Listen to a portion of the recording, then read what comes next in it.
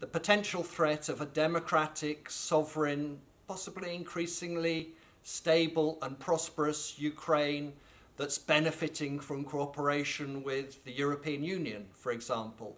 Or that very existence of a sovereign, independent Ukraine is a threat to the Putin regime.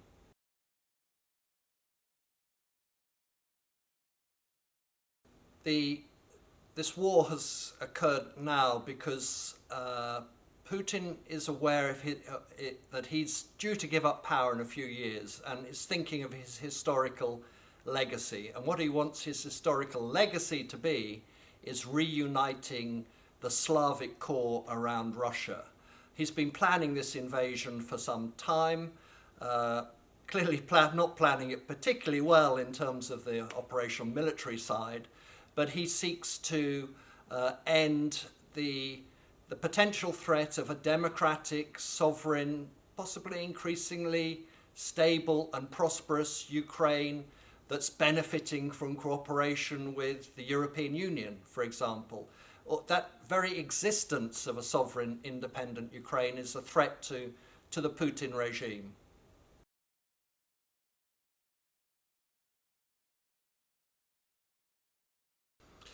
The war has had a profound and quite dramatic effect on Europe. And I think the most extraordinary and possibly the most heartening thing to come from this is the degree of unity and resolve shown now from the Western democracies.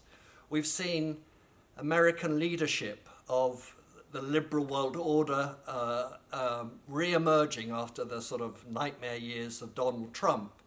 And we've seen an American president who's been very active, an American administration very active in coordinating a global diplomatic response to this unprovoked Russian aggression.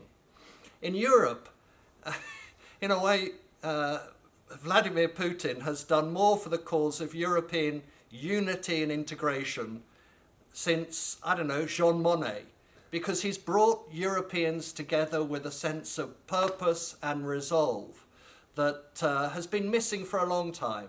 He's also helped overcome some of the divisions of Brexit, because the British Foreign Minister Liz Truss, for the first time, attended a meeting of the European Union's Foreign Affairs Council.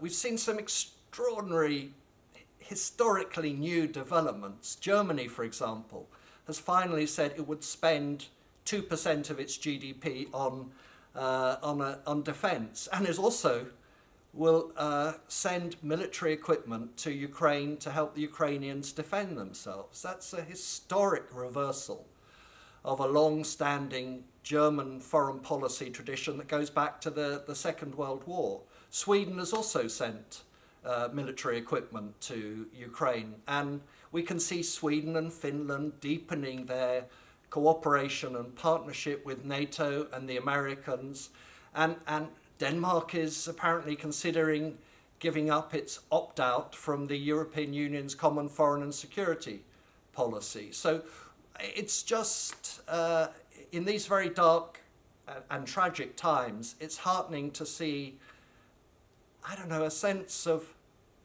rebirth of moral purpose in Western democracies.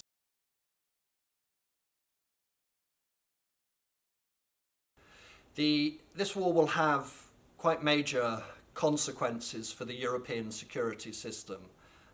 It has in the short term, it certainly will in the long term.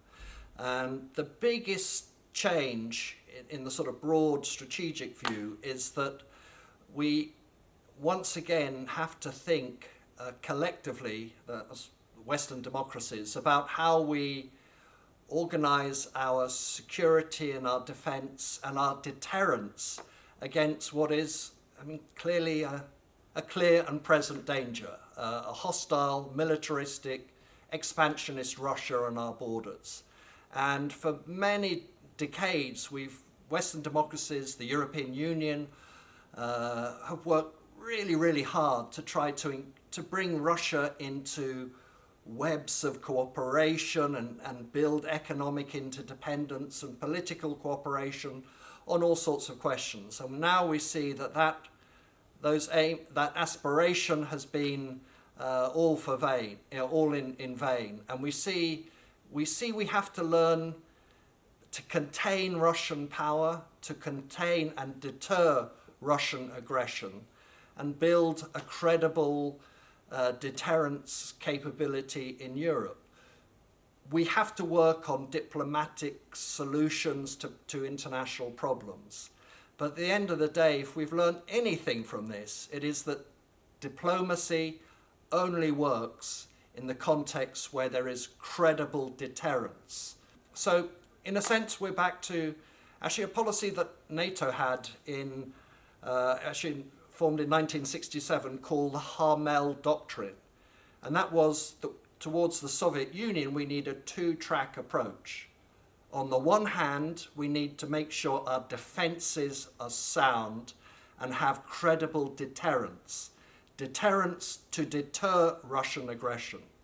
That's the first track. The second track that we need is diplomacy.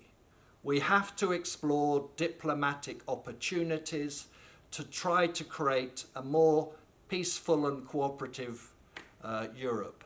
I think it's hard at the moment with Putin's Russia, but we also have to hope that there will be some change of government in Russia, that Putin will eventually step down and someone less ideologically driven than Putin will come to power. And I'm of that age. I can remember Gorbachev coming to power in the Soviet Union, and I hope that I live to see the return again of a Europe whole and free, and a more cooperative international order where we have Russia as a partner, and where I can teach, as I have over the last 10, 15 years.